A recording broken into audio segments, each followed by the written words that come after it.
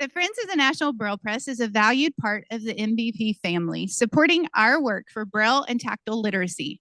The role of each friend is to be an NBP ambassador and an advocate for our work through networking and corporate introductions to broaden our reach, to help strengthen the National Braille Press's community.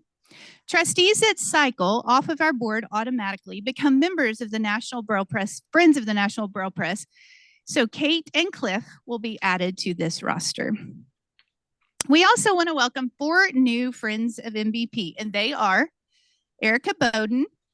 Erica has been volunteering with the National Braille Press through Liberty Mutual since 2018. She organizes a group of colleagues to assemble books and has been volunteering at our gala as a day of volunteer, as well as our auction committee. This year, Erica is spearheading our silent auction. Originally from Peabody, she graduated from, and I'm going to get this right, so y'all just bear with me because it doesn't sound like you ready? Worcester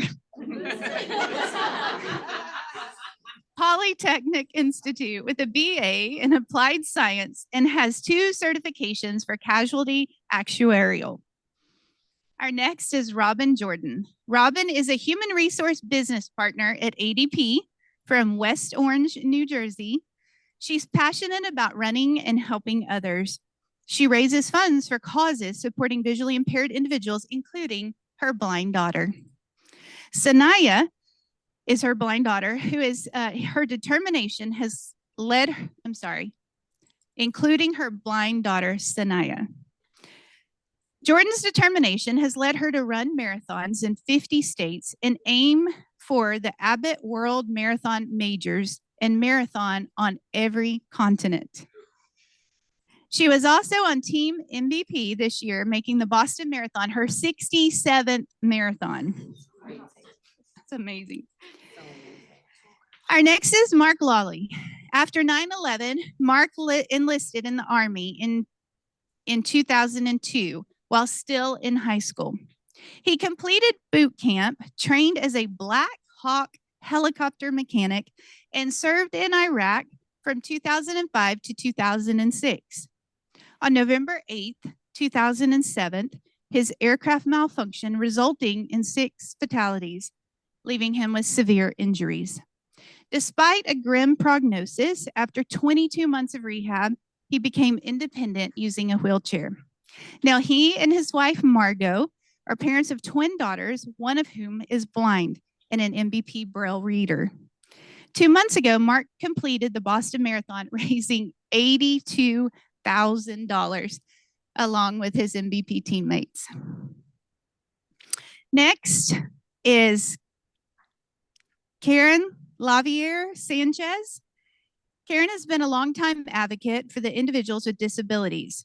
A director at Voya Cares, her marketing and communication expertise differentiates Voya as instrumental in Voya's outreach to emphasize Voya's long-standing support of this disabled community. She helps define Voya's centers of excellence as thought leaders and strong contributors to Voya's inclusive corporate culture.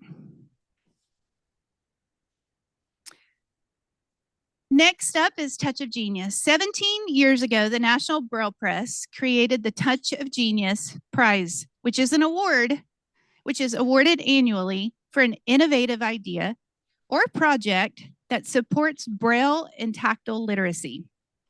So for this next portion, I'm going to ask Brian McDonald to introduce this year's Touch of Genius Award winner.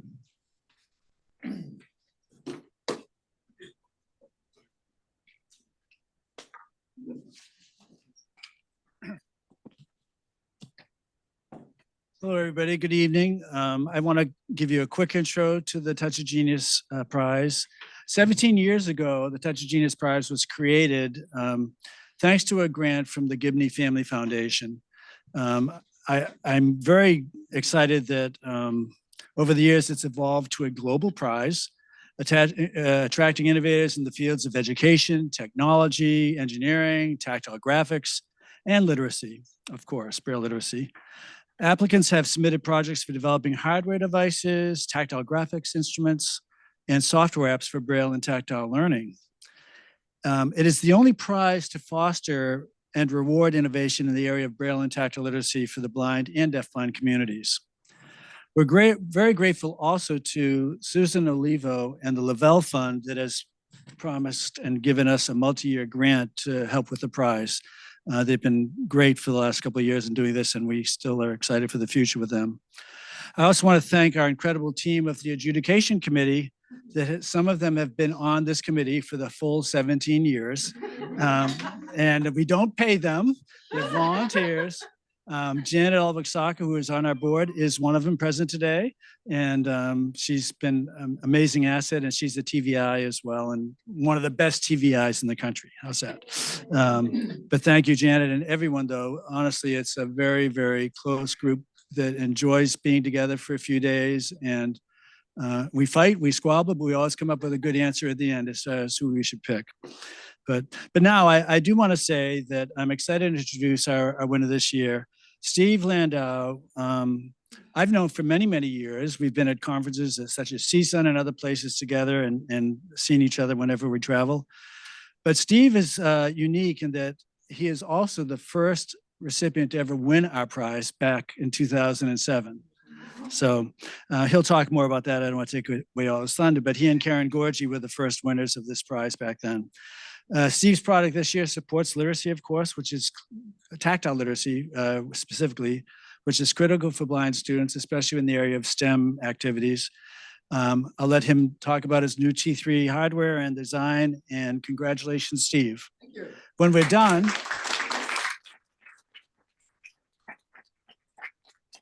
when Steve is done, we will have some Q&A for him as well. And I do want to get a picture too, Sherry, with us too. Okay. Congratulations, Steve. Oh, thanks, Brian. There you go. So, is this working? Yeah. Okay. Yeah, so when I was an architect in New York City 20 years or 25 years ago, I was contacted by Karen Gorgie, who is a blind faculty at City University of New York. She had, I don't know if there's anybody, didn't folks know Karen? She was quite a, she was a mentor of mine. She kind of plucked me out of my profession and, you know, kind of subtly escorted me into this new world, I guess, because she thought that I had some promise as a tactile designer. And so we worked together. Our first project was to create maps of the New York City subway system, which is probably the hardest tactile design problem you could pick. So it was a trial by fire. We had to create a whole CAD/CAM system for engraving the plates that we then thermoformed to make tactile maps. And this was all completely new to me. But once we had developed that process, we had the idea of making an audio tactile tablet so that you can just touch things on the picture and then you get audio description, which helps you to interpret and decode the tactile picture. Instead of using Braille labels, which can really clutter the graphic and also becomes an impediment to people who are not good enough at Braille. So we came up with this idea for the talking tactile tablet with the TTT. And then someone said, yeah, you know, I heard about this new program at National Braille Press. They want people to submit inventions. And so we did. And lo and behold, we won the prize, and that was really the turning point. So I want you to remember that, you know, that what you're doing with this prize is actually impacting people in a really, you know, important way. It certainly impacted me, and it helped. I mean, you know, the prize was a stepping stone, which gave credibility to our work and reach. And so we were able to actually turn that into a product. But of course, that was quite a while back, and 17 years since, quite a bit has happened. So, we came out with the new device, which is called T3. You might remember TTT was the original product. So this is kind of the next generation. But there were a couple of serious, let's say, flaws in the TTT concept, mostly surrounding with the problem of how the device knows which sheet you've placed on the tablet. So I'm holding up one of the sheets here for the T3, and you can see the QR code in the upper corner, which is now the way that the device can interpret which sheet you've placed and immediately announce the new sheet. So if I take off the current sheet, place the sheet to start.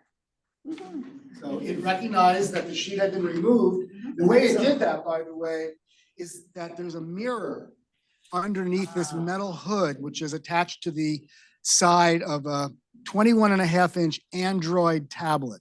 So this is a piece of technology that is used mostly in fast food restaurants and other places. When you order, you go up to that kiosk and you swipe and press. That is basically what this is.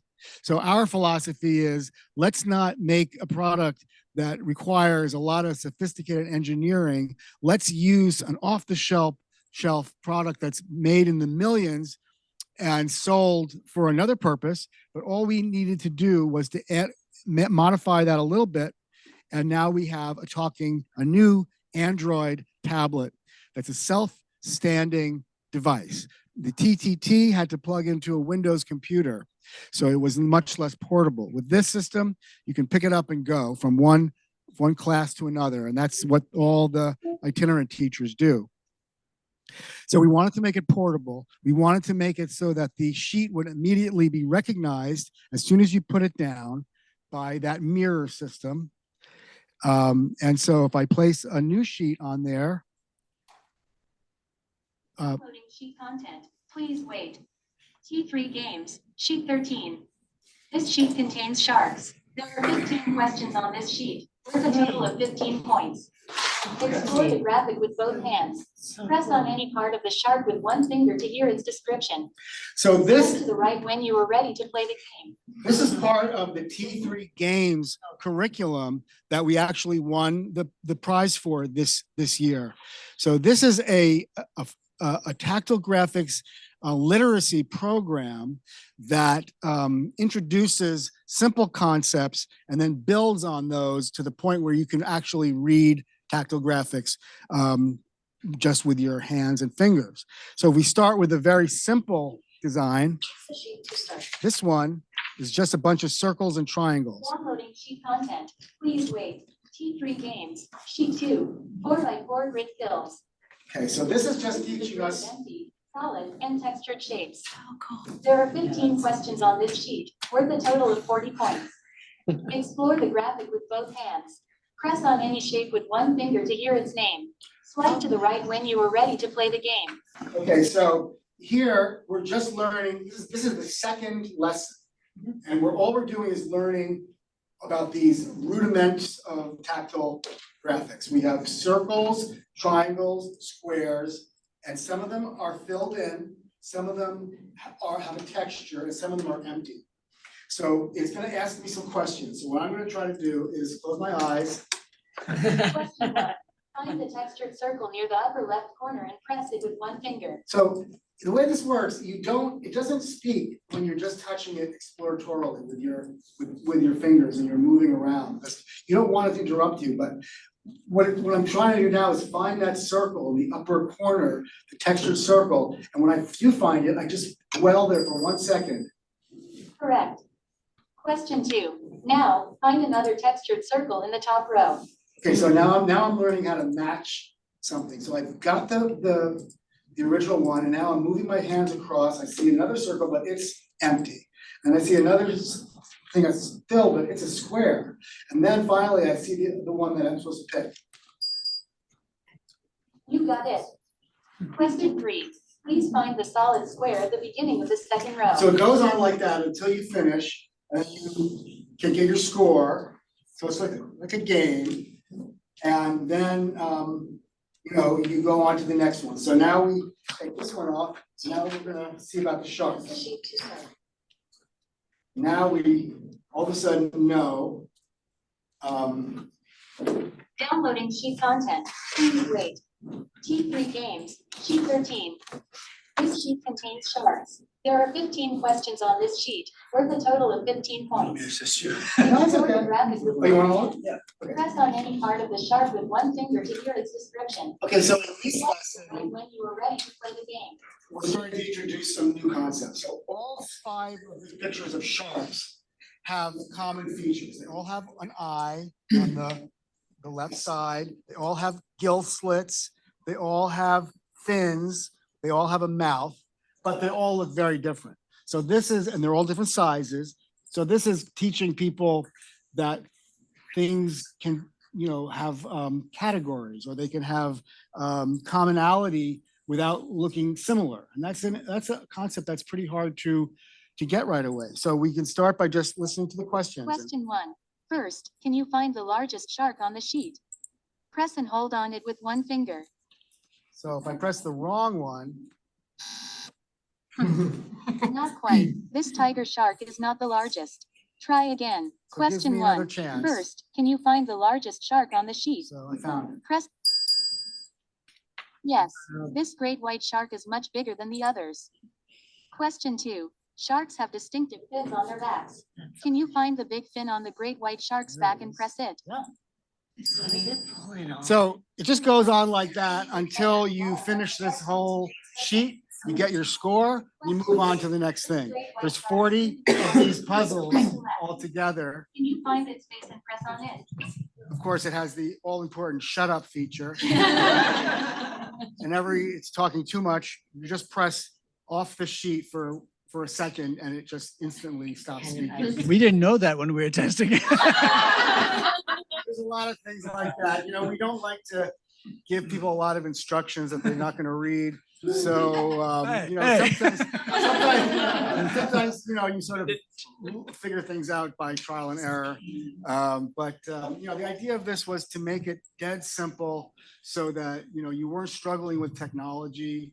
You were just focusing on these lessons and how to achieve this tactile ability, which is real and which is powerful. And I have experienced it myself. I've become a much more of a tactile person since doing this work. And of course, I always close my eyes when I'm doing it because I find that vision really interferes with tactile perception and tactile learning. So I just recommend that using sleep shades or closing your eyes when you're doing this training because it happens much faster. The brain change, which is really profound. That is the T3 games idea. But I want to be clear that we're trying to make a platform. We're trying to make something that is going to, once this device exists, and we have this system with these QR codes and this, this design, it becomes possible to make, as much as we want. So that is the goal. But right now, the latest sort of focus is what we're calling T3 Creator. So we really, really want to. You got it. We really, really want blind people to be designing and drawing. And we want to make tools to support transcribers and TVIs who want to make their own custom content because we can't, we're producing as much as we can, but it's not enough. So the next step is T3. to take, now we can take a sheet that has something taped down to it. This is this is actually our Christmas card from this year. It has a picture of a fish. And I've taped that Christmas card down to a blank template sheet. This is called a T3 Creator overlay. So this is a blank one. On my right hand and on my left hand, I'm holding up one that I've attached something to. And I'm going to now place that onto the tablet. And you're going to see that it. Creator sheet 8. This sheet is blank, starting fresh. Swipe up or down to use the creator menu. So now it knows that this is one that we're making ourselves. So it has a new menu, and I'm going to give you like a 2-minute demo of how you can do this kind of authoring. And then, we can open up for questions, and I'm going to leave this set up so people can come and give it a shot, try it, see how it goes. So, but I do want to show you this because I think this is actually, the first time that I have seen a really practical, accessible tool for drawing tactile graphics without seeing what you're doing. So, so basically, you just swipe down. Area. Swipe right to add an area. We're going to start by doing that. Press anywhere with one finger for 1 second to start drawing. So I'm going to basically make a fish, and I'm just basically going to trace my finger around this tactile graphic. So I press. Now trace the outline of the area you wish to create with one finger.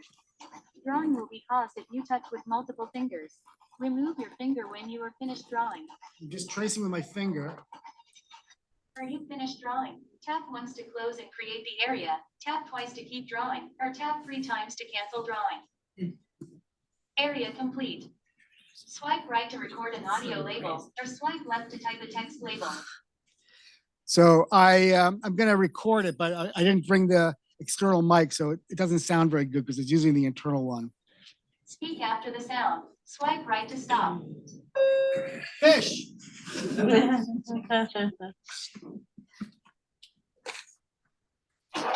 Playing.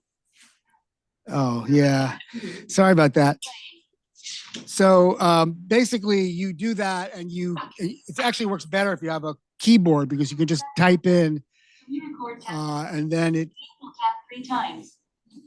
Speak after the sound. Swipe right to stop. All right, so I'm gonna stop doing that because we can't really show you that. But the other piece about this that I'm really excited about is that the tablet now will connect directly to a Braille embosser. So if you have a Braille embosser that's made by Index, and there's 3 models, the Everest, the Basic D, and the Page Blaster, which is the APH quota embosser. You can connect with a USB cable to the tablet. You don't use a computer, and it will actually allow you to output your graphic to the embosser, and then you can place that back onto the tablet and use that as a guide for continuing to draw. So you draw, a little bit, you emboss it, see how it looks, put it back on there, you draw some more, maybe you delete something that you didn't like, and you build it that way. So, it seems like everyone in the world is trying to develop the dynamic tactile full page Braille display. And, our approach is different. We don't use a dynamic display that changes, but with the addition of combining an embosser with the tablet and this authoring system, we now have, it's kind of like a very slow motion dynamic tactile full page display because it only changes a little bit and then you have to re-emboss it. But that seems like a better solution than, something that APH is currently marketing that's wildly expensive and may not really work that well. So, our philosophy is keep it very low cost, use very simple off-the-shelf technologies, and focus all of our attention on thoughtful curricular design and very, very precise tactile graphics. Because for me, and in the 25 years that I've been in this field, what I've come to understand is that tactile reading is really powerful and it can be highly developed. The problem is not perceptual. We have the equipment in our fingers and in our brain. The problem is a design problem. It's how to present the information in a way that utilizes all of that equipment that we already have, and people don't understand that well enough.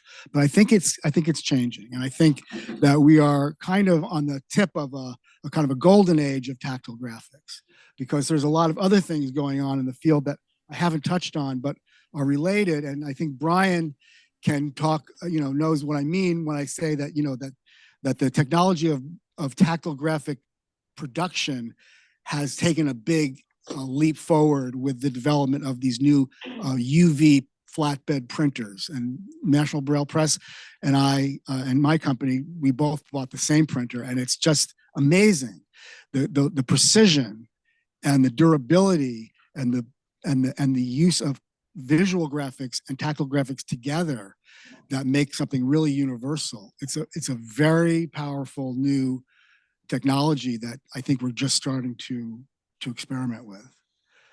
So that's all I have to say, but thank you very much, because, like I said, 17 years ago, getting this prize was incredibly impactful for me and for Karen and for what we were trying to do. And so it's very, very, an incredibly great honor to be, get the prize again. And now I feel, newly invigorated to go forward. Just gonna get a quick picture and then do Q&A for you, and then I'll talk after that. Sure. So can you come over here for a minute, Steve? Just Sure. get a picture of this.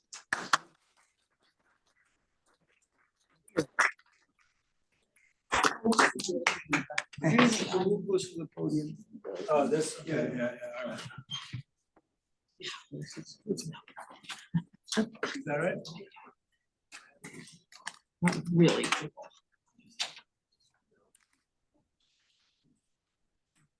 Smile. No, now it's very candid. Okay, model faces, Okay, good. Excellent. This is thank you for Norman as well, who's been I was gonna say. doing this for years for us. And Steve, Oh, great. Okay. If there's any questions here? Sure. Yeah.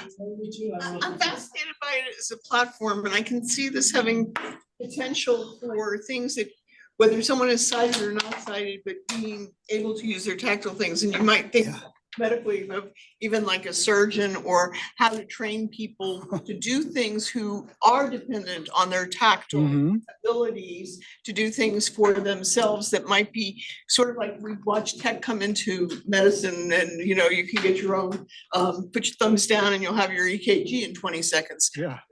The answer for me comes from how the pieces connect. So you have an ability to connect to a keyboard. Can you connect through Bluetooth or Wi-Fi? The kinds of things that if you were using it in a classroom situation, I love it. But I can imagine having multiple people in earshot of what you were just doing for us, and it would be better if I could just listen to Of course. Yeah. mine. Yeah. Is that already there? Those things? Yes. One of the great things about using this very inexpensive device is that it has like a ton of ports on the back. So it has like HDMI, Ethernet, tons of USB. It has an earphone jack, and so you just plug in earphones, and it's a private experience. It also has Bluetooth, right?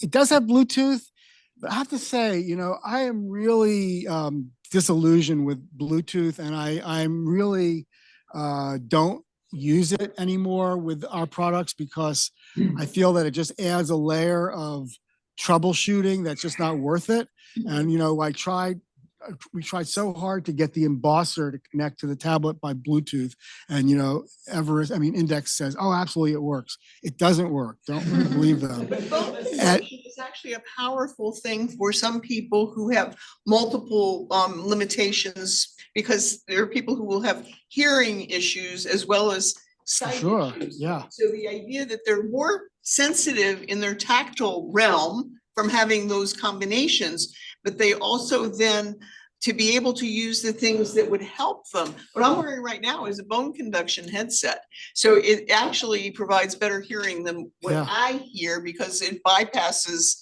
the faulty parts. So I would encourage you to maybe either reconsider how that works, or maybe we should make a partnership for you with I know this particular company from their first prototypes. The bone conduction headphones. Yeah, Yeah. actually, Aftershocks changed their name to Shocks. Now they've gotten, you gotta be shorter, you know? Do you have a handle for what this is called, so when we go to buy one? This device. Yeah. T3. T3. T number 3. T3. Number yeah. 3. It's like no, just T3. Terminator. TTT. No, that's a movie. Yeah, I completely agree that we need to consider all the combinations of information delivery that will make the product really universal. I mean, universal design is perfect universal access is impossible.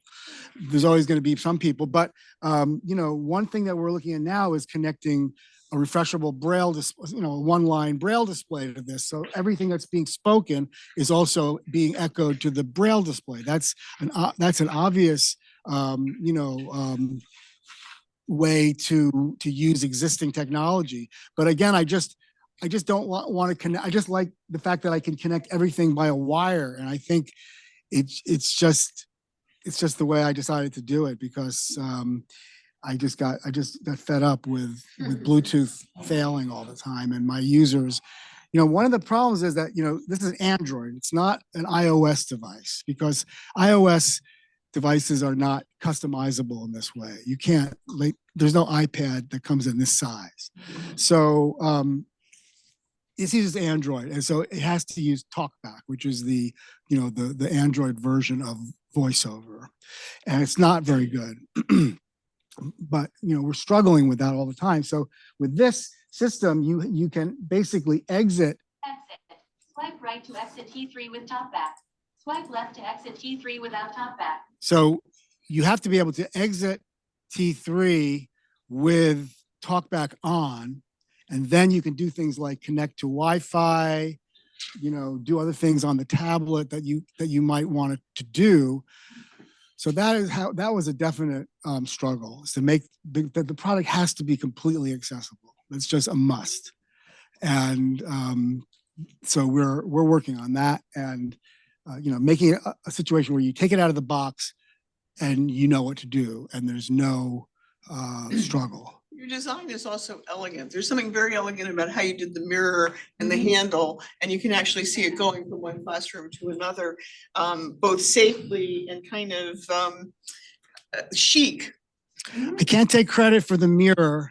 That was the idea of an actual genius named Josh Mealy, who some of you may know, but he and I were longtime collaborators. He's blind, and leave it to the blind guy to come up with the visual based system. But actually there is a shortcoming in that. And that another thing that we're, I know I'm making it sound like this is all easy and it works great and everything's nice, but actually there was a lot of difficulties. And one of the difficulties is that, a lot of times, people don't turn the lights on when they're in their room or where they're working, and then all of a sudden that system doesn't work. So I started noticing that, lights are off, and they're saying it doesn't work. So we started including this little $5, it's called a keyboard light, and it just plugs into the USB, and it creates a kind of an extra auxiliary light, which shines on the QR code in case there's not enough light in the room. So I don't know. I wish I didn't have to do that. But it just doesn't, it just seemed like, How about a makeup mirror that has the lights?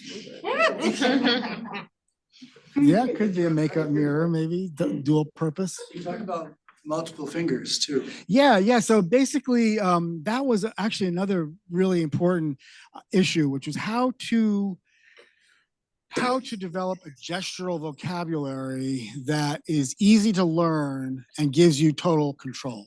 So what I learned very soon, and this is another lesson I got from Josh, is that you don't want it to talk a lot. You want it to only talk when you want it to. And if it talks all the time, then it's useless.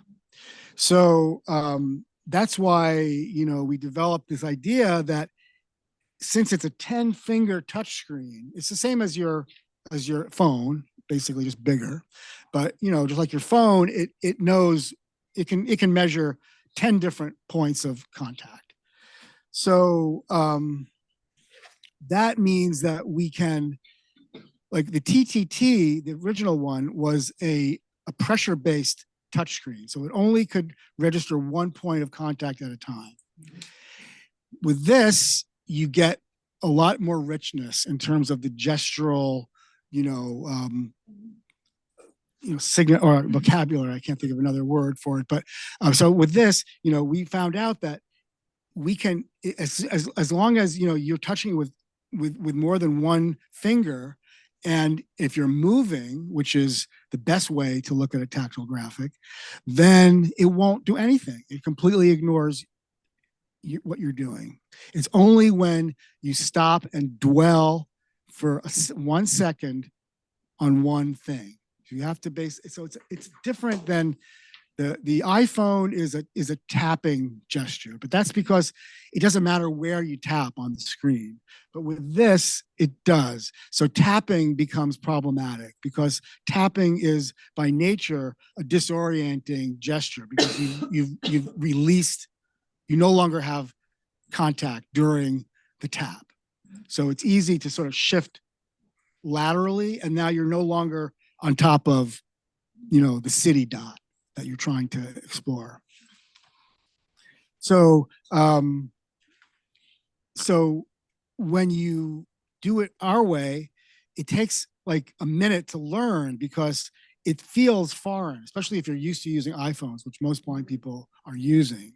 It feels a little different, but you very quickly do learn that technique. And it's so much better because what you're doing is not tapping, you're exploring with both hands, and then you're lifting all of your other fingers, but you're keeping your pointing finger touching, which is great because then you never get that feeling, did I move? And it's only when you close your eyes and you start doing it that you realize that. As a sighted person, I find it very hard to intuit how it's going to work or how it's going to feel without vision. So that's why, we always wear a blindfold or wear sleep shades or close your eyes. So gesture becomes really powerful tool for, I think kind of like interrogating. You're interrogating a graphic. Or another term I like is palpate. When you go to the doctor and he's like tapping your thorax and listening, that's called palpating. And I feel like with tactile graphics, you're sort of doing that. You're tapping it or you're touching it in different ways and you're listening for the feedback. So I guess so basically there's no limit to what we can do with gesture as long as we can track all 10 fingers. Do you have any questions on Zoom for Steve? Yeah, we did have one from Karen. She's asking about, he said there's going to be a lot of demand for, great demand for a variety of products. And then is there a plan to create content both in conjunction with curriculum experts and gamers? Well, I mean, of course, that is our goal, is to build a community of developers that can take our infrastructure, cloud server, and the cheap, hardware and the basic template design and start producing content. We're totally ready to work with anybody who is interested in doing that because it helps us to get more traction and to get more audience. So museums seem like a good potential candidate, and I do a lot of work currently with museums. Another thing that we do a lot is with maps of buildings, so that you can place an overlay over this with a tactile map on it, and then people can explore that with audio description and touch. So yeah, I mean, I think that I'm hoping that the word of mouth from getting the Touch of Genius Prize will help us to spread the word about the device and the potential for third-party developers and or just people who want to get one. And we're not selling very many of them, to be honest. Compared to the TTT, that was a much more successful product, but that was that took 10 years before we finished with it. So this is just the first year. So it should probably. I'm hoping that now it's really ready now for everybody. So Thank you, Steve.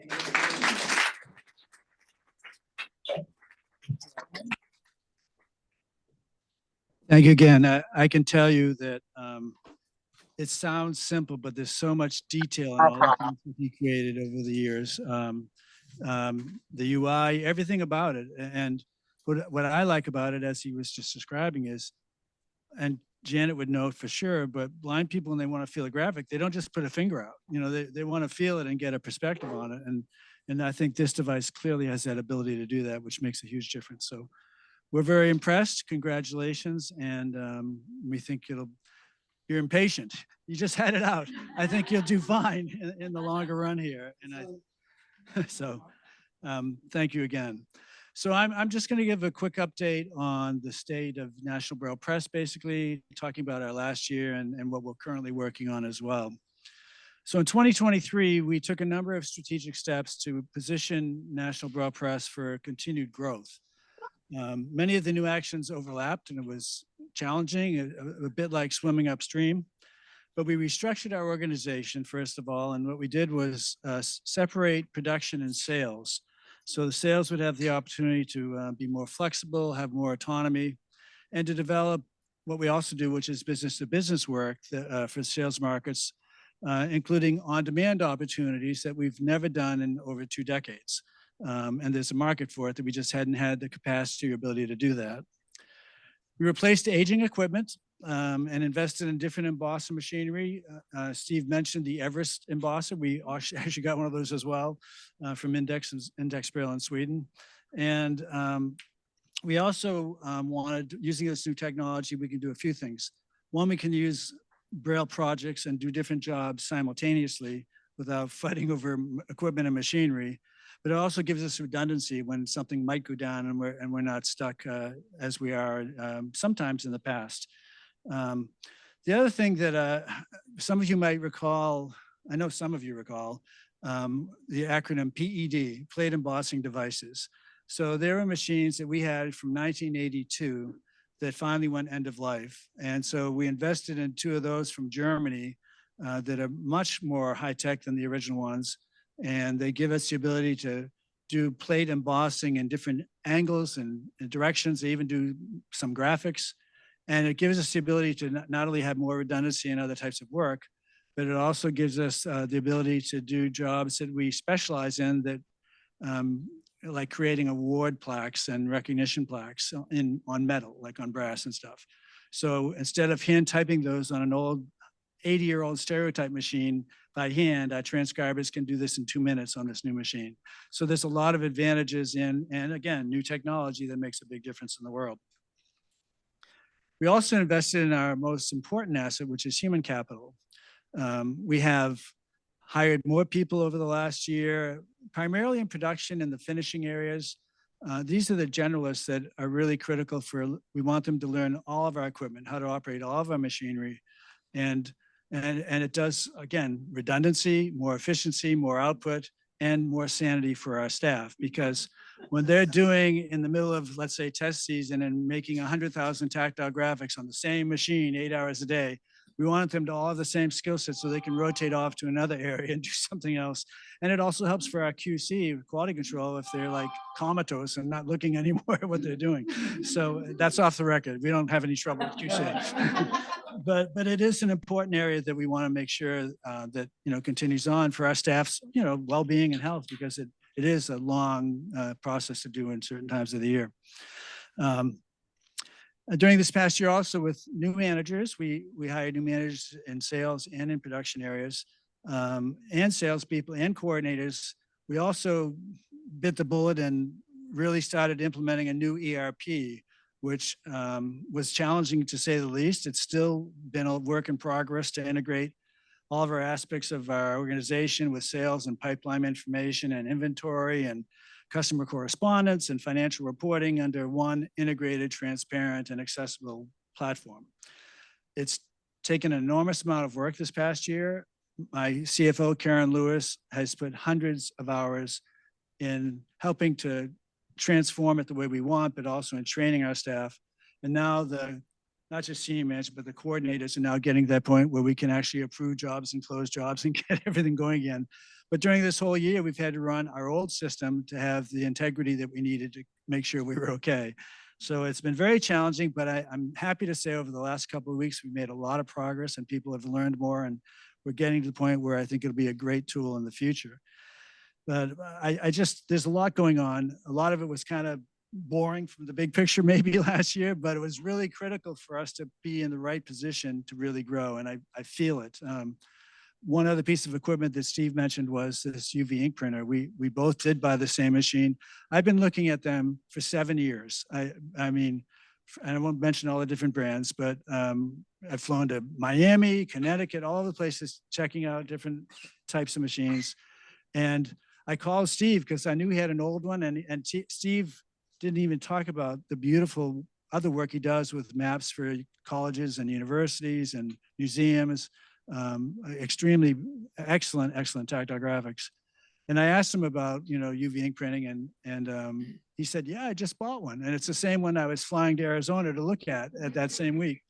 And I said, wow, I said, we're going to get that one too. And so let's talk about that, because if we have a big job, we could do the same exact specs, the same machinery, and work together to try and get a really big thing done. So I'm excited about that, and we'll be communicating a lot with that in the future. And I'll tell you a side story. So we had the city of Lawrence, Massachusetts, approached me about ADA signage, and I said, yeah, I'll come up and visit. And he said, where's your notes? We want to give you this job. And it's like, I don't even have a printer yet. but I didn't say that to him, but I'm thinking that. And I walked around the whole building looking and taking pictures of every door and every exit way. And I said, okay. And I said, I'll get some estimates for you. And it's like, I don't know how much the ink costs. I don't know how much. But we did it because our machine was supposed to be en route. It was due by June 1st. It's April and we have no idea where it is, and it's May and we're like, where's our machine? And we finally get it. And then we had to learn it, and we went through training, but we did. We've delivered most of it. They love it. And we're making some really big, like, room directories now, like really big with large print and Braille, and multiple floors of evacuation plans that are tactile, and I think that those two items are being delivered probably next week, but everything else is there. All the room signs are all done, and with color, with logos, with everything. It's just very specialized. So it is a whole new opportunity we've never done in a long time for ADA work like that. But I will also say, for the record, many of our staff are blind and visually impaired, as I'm sure most of you know. And even in the last few weeks, we've been hearing our staff now everybody's looking like, I was at the X hotel. I'm not X. I was trying to say no name hotel. I didn't mean that. but at a hotel, a well-known international hotel, and I go to my room number, and the room number is wrong in Braille. you know. So that is not, well, I don't know how common it is or not uncommon, but we had enough anecdotal information from our staff alone.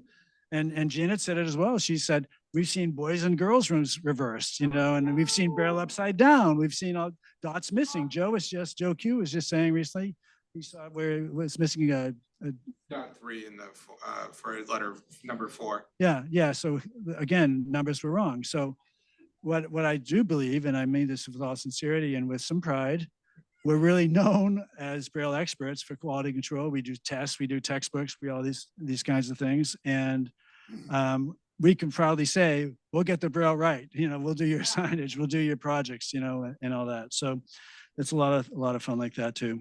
I do want to thank all of our staff. It has been a challenging year for all the things that we did concurrently.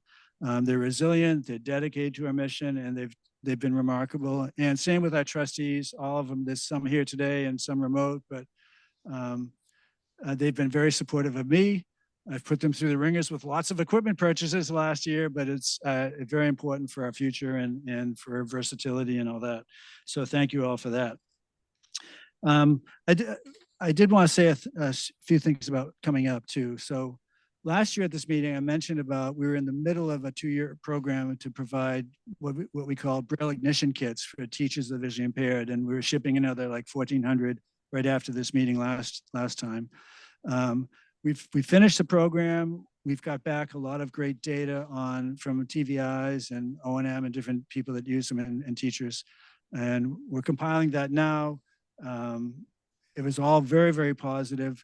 We certainly wanted feedback on what needed to be changed or recommendations to make things better.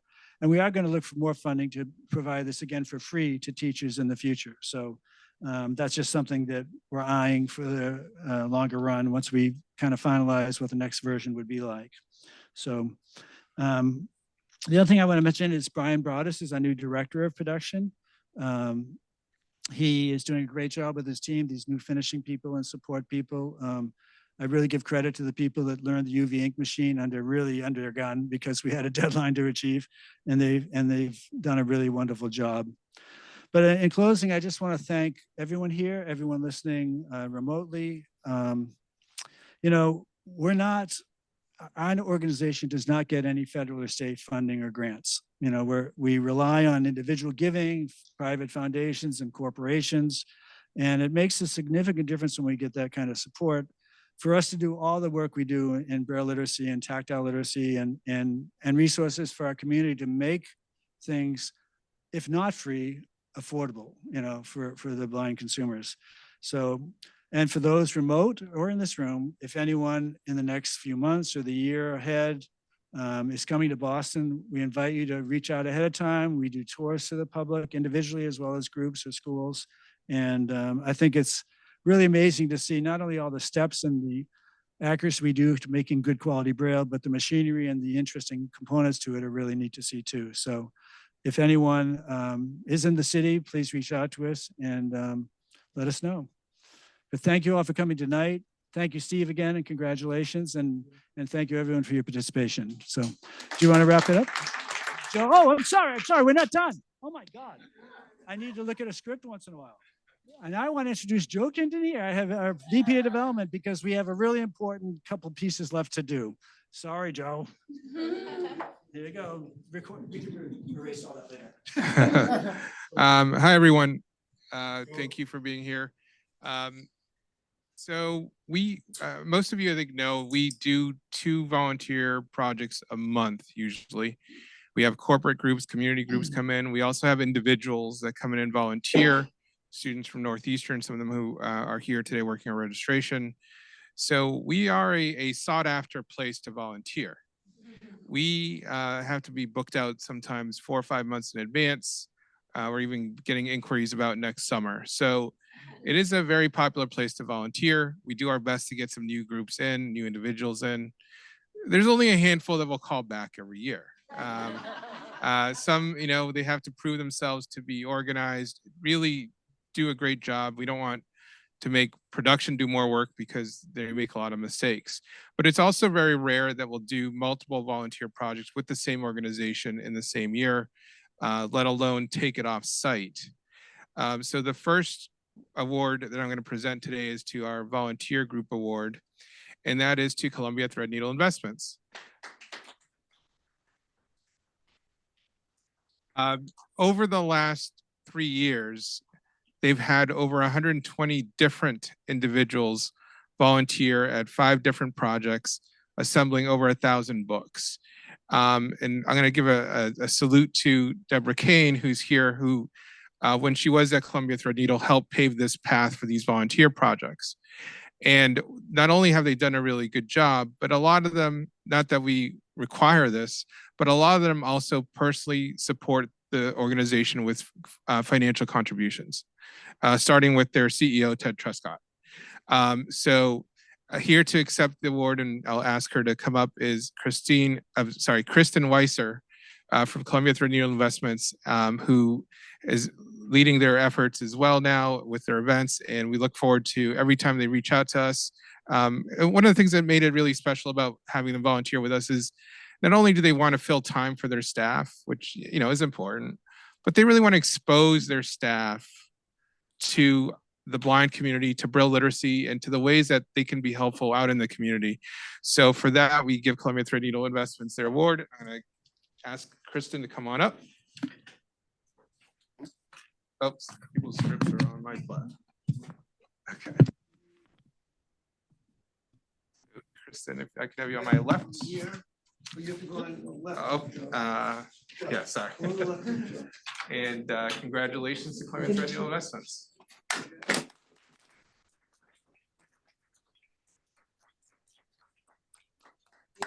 You're doing good. Oh, yeah.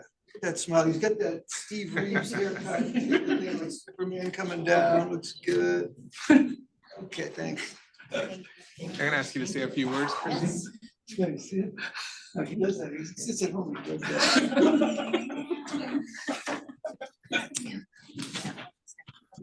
Speech. Thank you for this group volunteer award. My name is Kristen Weiser. I'm the volunteer coordinator for the Boston office of Columbia Threadneedle Investments. I was actually first introduced to the great work at National Braille Press when I participated in a volunteer event back in September of 2022 at the Braille Publishing Facility. Putting together the print Braille books for the sighted parents and children so they can read together was both a humbling yet enriching experience that we really wanted to share with more employees. We've since hosted, as Joe mentioned, several group volunteer events for the National Braille Press in our Boston office, allowing many more of the Columbia Threadneedle Investment employees to learn about the support that National Braille Press offers to the blind and visually impaired. Columbia Threadneedle Investments is proud to support National Braille Press's mission, and we look forward to hosting many more volunteer events. Thank you very much.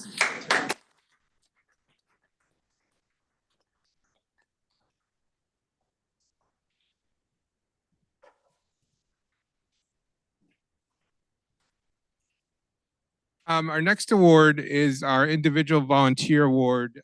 This was named after our late trustee, Sue Amater. This person who's receiving the award this year is very unique and extremely special. She has been volunteering with National Braille Press for 33 years. Our volunteer coordinators, what I tell them basically when her organization, People Making a Difference, which she's founded, comes and volunteers, my first advice for them is get out of the way and let Lori do everything, because she does it better than most of us. She really has helped develop some of the methodologies that we use when we take projects with new groups, using a scale as one way as for quality control. So not only has she taught her volunteer groups, but she's also taught our staff. But also she is a relentless advocate. And she'll tell you more about some of those ways that she is an advocate. I won't spoil it, but she is a believer in Braille literacy, a believer in blind people.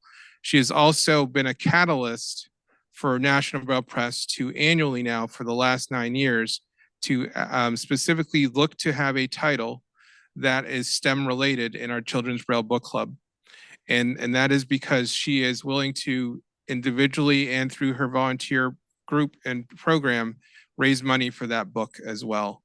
And it is my honor and pleasure to present this award to Lori Saruda.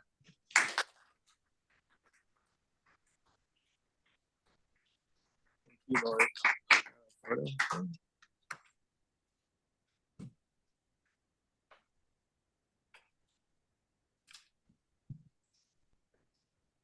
Thank you. It's so funny that I'm the catalyst for the STEM books because I thought the Braille Press was leading this all the time. I'm like, wait a second. But this all started with me sitting just where you are. For the first 25 years, I kept going to these annual meetings, hearing about all these really great things people were doing and wishing I could do more.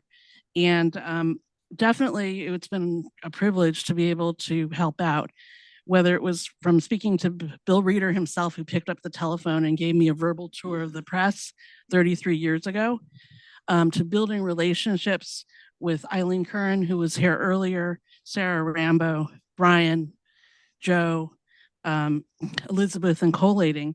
They're all the people at National Braille Press who took time to teach me and to entrust that I would be as perfectionist as they are. Because there's nothing like sending something out with a typo or a missing page. That would be horrible. You can't, we sent out those Harry Potter books. You can't be missing a page. People, there would be a riot. So we're just really grateful to have this opportunity. And we started out with our first book, which was Rosie Revere, Engineer.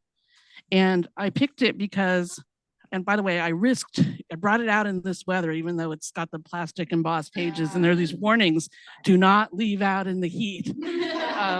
So I only brought one, but it's a really great book because it doesn't have a clean and tidy ending. I was telling Steve that, we get to see your finished work, but it's all the things that didn't work out that got you here. And to teach kids about perseverance, about trying, and to see role models where not everybody gets it perfect the first time. Whether it's the Celtics losing one of the championship games, but coming back, not throwing in the towel early on. It's important. We did a book last summer about Pluto, and I wasn't a huge fan of the Pluto book because it was all about it not having planet classification. But the cool thing was that it was all about labels and not letting labels hold you back. So the Braille Press has been really great along the whole way. Like, we've been writing these really kind of edgy dedications that Joe just puts up with. They're like much longer than anyone else's dedications, but they're about diversity, education, teacher appreciation, justice, inclusion, all these really important things that we want to be able to like glom on to what the Braille Press is doing, but make sure that people know this isn't by chance, that this is really important work. And so far I've been bringing my books to show and tell everywhere, like my college reunion a few weeks ago at MIT, because we want them to know, like, this is our next book. Are you coming? It's October 26th.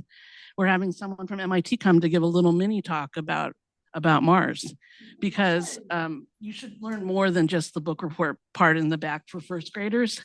You can learn the story of the stuff from the people who do the actual research down the street. And with the way they tell these stories, it's much more interesting than the encyclopedia or Wikipedia. So it's like we're the kid reading the story with our parent who knows more and making the stuff come alive. And so that we want to do more. We want to be involved because we think that there should be no limits to what kids think that they can do with their career aspirations and whatnot. So thank you very much for this honor. Really appreciate it.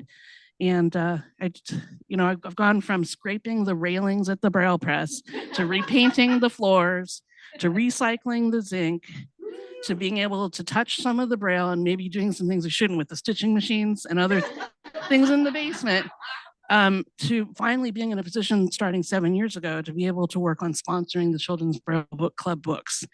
And I've been sat where you are for years thinking, I wish I could. So finally it happens. So hold on to your dreams. You just don't know.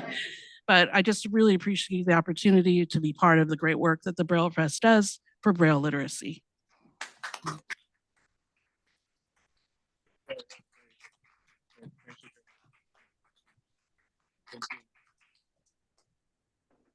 I'm going to turn it over to Sherry. Oh, picture? Okay. Let's get a picture. Can you do a picture, girl? Yeah, I guess so. One more.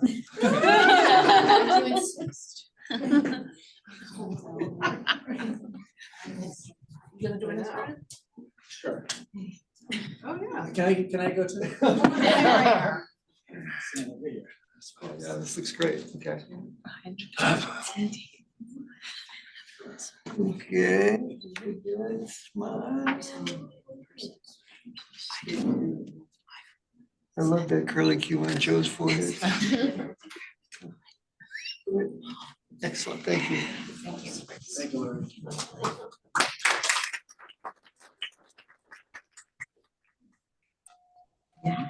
Well, I would just like to close by saying that I cannot wait until I get to stand before you and tell you that I have been volunteering for 33 years. That's really, really impressive. And I never thought I would volunteer for the National Braille Press. 9 years ago, I showed up to a gala wanting to know what it was all about because God gifted me with a blind son, and he was 3 at the time. Little did I know the power of influence that Joe Q has in talking me into serving. And, you know, we have a saying in Texas, and that's everything's better in Texas. Pretty obnoxious to say here in Boston, right? But I was raised by a family that taught service above self. And I can tell you honestly and truly that the National Braille Press has been my most favorite organization to volunteer with. It is not only an amazing organization, but the people behind it are pretty impressive. So I don't think I can claim that everything's better in Texas or bigger, because the National Braille Press clearly has that beat. But thank you all for coming tonight. We genuinely appreciate it, and we look forward to another great year. So enjoy the rest of your evening.